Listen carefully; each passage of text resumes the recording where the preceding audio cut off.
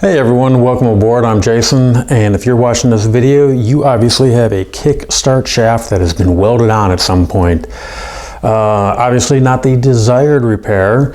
I've talked to a couple of people that have done this before, and they've both stated that they felt that they were going to have to split the case, have transmission parts all over, and not know what they're doing, wind up with a junk motor, and yeah. So why don't you bring it to the bike shop? Well, they felt that it was going to be like an $800–900 repair, and then the bike was going to be down for 2–3 weeks. Probably not, but worst case scenario, really, it's kickstart shaft. You're looking at a fluid change. You're looking at inner and outer clutch gaskets. You're looking at the shaft. On most bikes, it's about $150 in parts, about a hour to 2 hour job to replace. It's not really too bad, but hey, I get it. Motocross is not a cheap sport. If we could fix it and save a penny here or there, obviously that's what we need to do. So in this video, we're going to see if we can't salvage the kickstart gear shaft and fix it on the bike without even having to take the covers off. Hopefully we can drill it, re-thread it, and away we'll go. We'll take you through the steps. I'm going to try to start making some more videos on some budget repairs. Obviously, any kind of budget repair saves $1. I get it, motocross isn't cheap, but they have to be done right. I've been racing and riding for over 40 years. I've seen quite a few different scenarios come up, and hopefully I can help you out. More videos to come, so if you like this one, please hit subscribe, like the video, and more are to follow.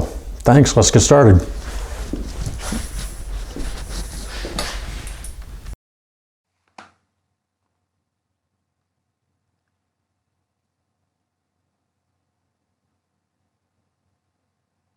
Alright, we're going to start with a die grinder here, and the object here is to just take enough weld off in between the actual splines and the Kickstarter itself that makes contact. Be a little tricky, but it can be done.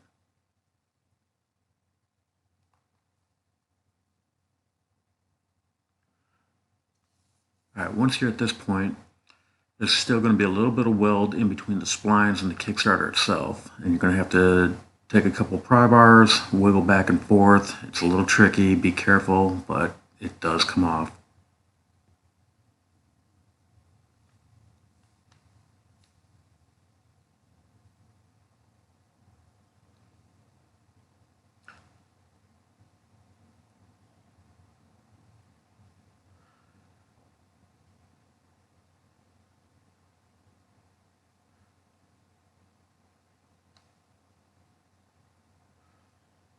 Once you do get the actual Kickstarter removed from the shaft, you're going to grind it flat.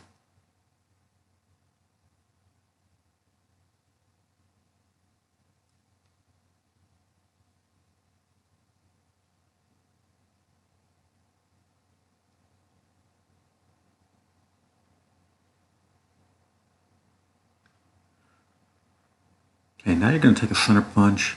And believe me, you're going to want to use a center punch, because if you don't, the drill bit will walk on you and you will not get a very good hole. It'll be off center.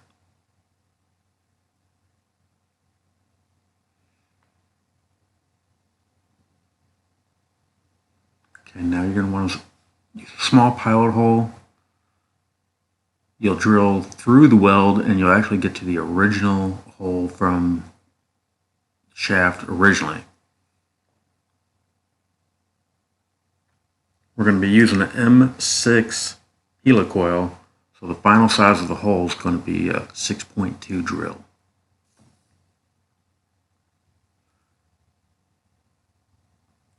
Alright, after thoroughly cleaning the hole, you'll want to use the self-guiding tap.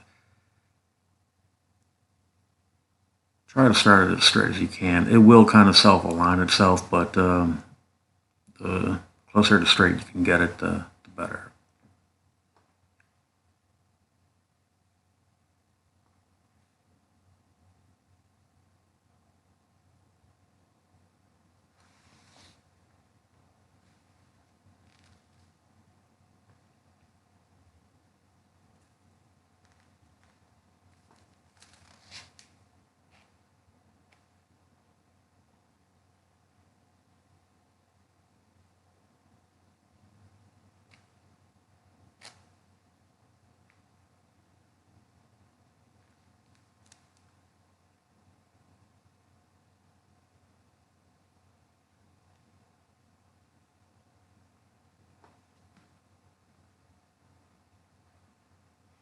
Okay, thoroughly clean threads out the best you can. This is the final time, so take your time, do a good job. Now when installing the actual helicoil itself, a lot of people like to use the red Loctite. I personally choose not to. I believe with the expansion and contraction from the hot and cold, it just helps give it some room to move, and really it really doesn't need the red Loctite at this point.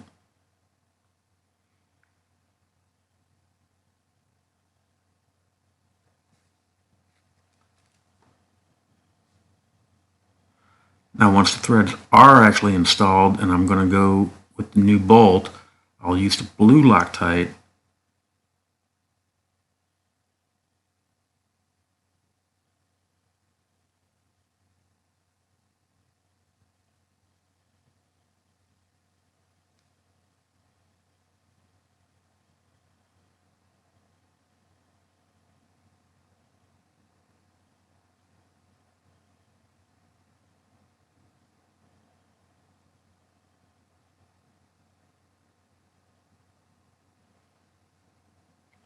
Ran it all the way in. Threads felt great. We got lucky on this one. Good repair.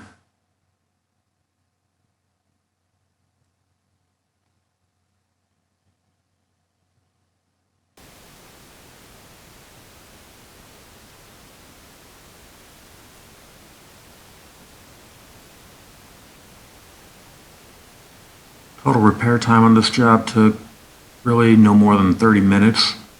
So folks, if you're really in a bind, it's not that hard. Please don't weld Kickstarter shaft.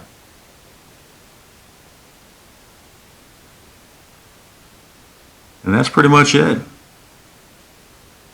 Thank you for watching the video. Hopefully you liked it. Hopefully that helped you out a little bit.